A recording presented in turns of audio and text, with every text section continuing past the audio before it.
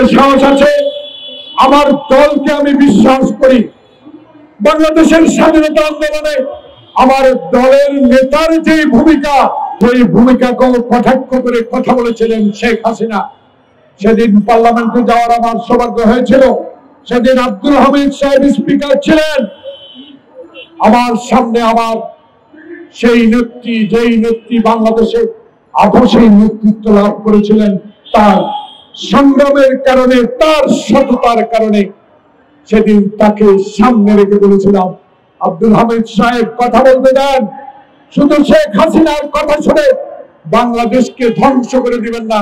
কারণ শেখ হাসিনা সম্পূর্ণ আমাদের পার্শ্ববর্তী যারা বন্ধু বলে আমাদের ভাবে, সেই ভারতীয়দের নির্দেশেই বাংলাদেশে রাজনীতি করে। এই ভারতে ৭১ সালে স্বাধীনতার পর প্রথম একজন মুক্তিযোদ্ধাকে জেলে নিয়েছিল মেজর জলিল।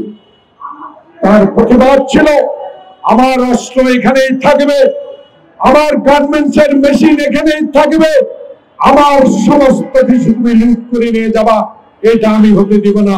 সেদিন শেখ মুজিবুর রহমান সাহেব আপনার শাসন আমলেই মেজর জলিলকে কারাবরণ করতে হয়েছে। এইসব কথা ইতিহাস, এই ইতিহাস কোনোদিনও খণ্ডিত হবে না।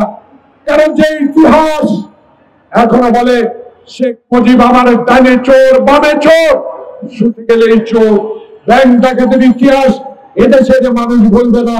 এদেশের মানুষ আপনার বাবার ১ মিনিটে গণতন্ত্র হত্যার কথাও ভুলবে না। তাই আজকে আপনার এই অবস্থা, ভারতে বসে আজকে আপনার জন্মদিনে আপনাকে বলতে হয়, আপনারা করেন, আমি আছি।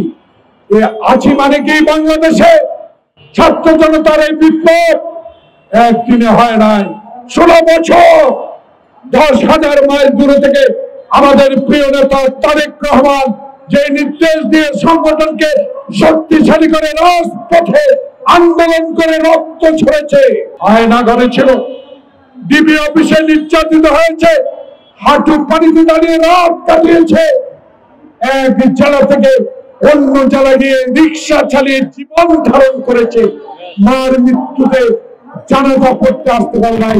সেই কর্মীর নেতা তারেক রহমানের নির্দেশে বাংলাদেশে ১৬ বছর আন্দোলন করে, সে আন্দোলনের সমর্থনে জুলাই আগস্টের বিপ্লব, সেই বিপ্লবের তরুণ সমাজ আপনাদেরকে স্বাগত অবশ্যই জানাবো। অবশ্যই আপনাদের রাজনীতি ক্ষেত্রে এসে মানুষের সেবা করার অধিকার আপনার আছে, কিন্তু এই অধিকার আপনাকে আমরা দিতে চাই না। যারা আমরা ১৬ বছরে আয়না ঘরে, ১৬ বছরে রাস্তায় নিপীড়িত হয়েছি, তাদের বিরুদ্ধে কথা বলা মানে জনগণ থেকে আপনি বিচ্ছিন্ন করা।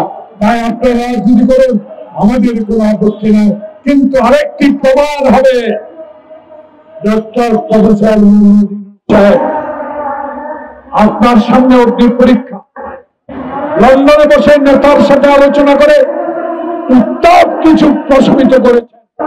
ফেব্রুয়ারিতে নির্বাচন হোক, সকলেই আমরা চাই। সেই নির্বাচনের ফাঁকে যদি আবার কোন ষড়যন্ত্র নিহত থাকে, আবার কোন প্রেতাত্মারা যদি আপনার কানের কাছে গুনগুন করে ষড়যন্ত্র করে এই নির্বাচনকে বানচাল করার হীন প্রচেষ্টা করে, আমরা রুখে দিব, রুখে দাঁড়াবো।